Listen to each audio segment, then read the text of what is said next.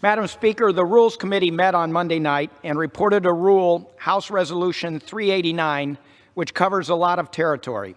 It provides for consideration of H.R. 1500, the Consumers First Act, under a structured rule, which makes in order 17 amendments.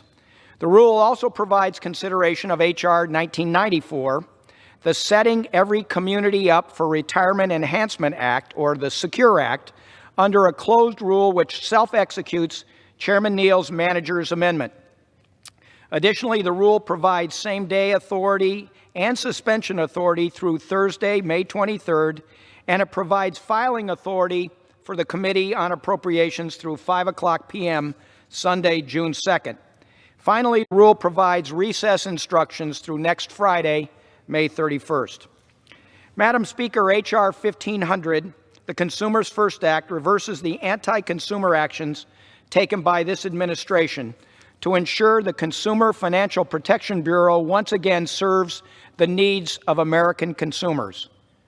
More than a decade ago, the United States experienced one of the worst financial crises in our history, caused in part by a failure to have strong protections for consumers of financial products and services. Through the Dodd-Frank Wall Street Reform and Consumer Protection Act, Congress created the Consumer Bureau to be a strong and independent federal agency with the mandate to protect consumers from unfair, deceptive, or abusive acts or practices in the financial marketplace. When the Consumer Bureau was first stood up, it was a powerful ally to consumers and middle-class families across the country.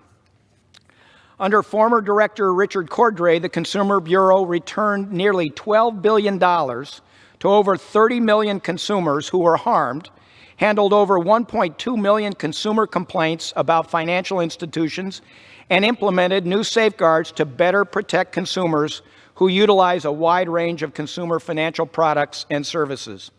Unfortunately, the Trump administration has politicized the agency, weakened supervision and enforcement, and reduced transparency and accountability. The Bureau has dismantled protections for active duty service members, weakened fair lending enforcement, blocked payday loan cases, and terminated the Consumer Advisory Board. And these are just a few examples of how the agency is failing to meet its mission.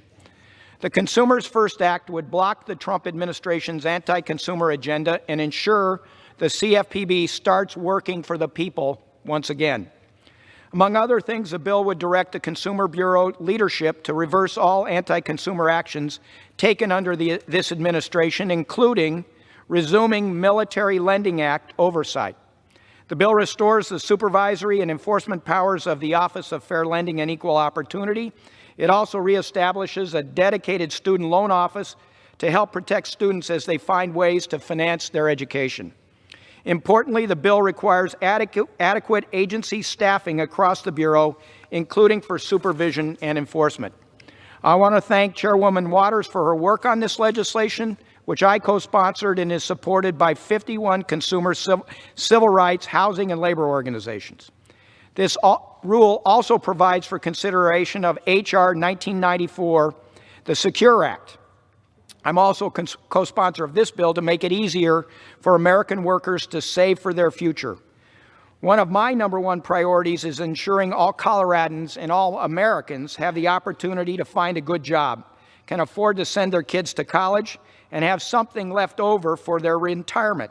Unfortunately, nearly half of America in the private sector nearly half of Americans in the private sector work for an employer who does not offer a retirement plan. A 2018 study by the National Institute on Retirement Security found over 100 million people of working age have few, if any, retirement assets. The SECURE Act is a bipartisan bill which was approved unanimously by the Ways and Means Committee, and I'm eager for the House to pass this important legislation. The SECURE Act would make it easier for small businesses to offer retirement plans to their employees by eliminating outdated barriers to the use of multiple employer plans and improving the quality of these providers. This could result in hundreds of thousands of new retirement accounts to help people save. Additionally, the bill would allow long-time, part-time workers to participate in 401k plans and create a new tax credit to incentivize small employers to set up retirement plans for their employees. It would also add more flexibility for how long individuals can contribute to their retirement accounts and when they must begin drawing down on those accounts. This legislation is a big step forward in helping Americans save and prepare for retirement, and I'm proud to support it. I urge all my colleagues to support the rule and the underlying bills, and with that, I reserve the balance of my time. The gentleman from Colorado reserves. The gentleman from Georgia is recognized. Thank you, Madam Speaker.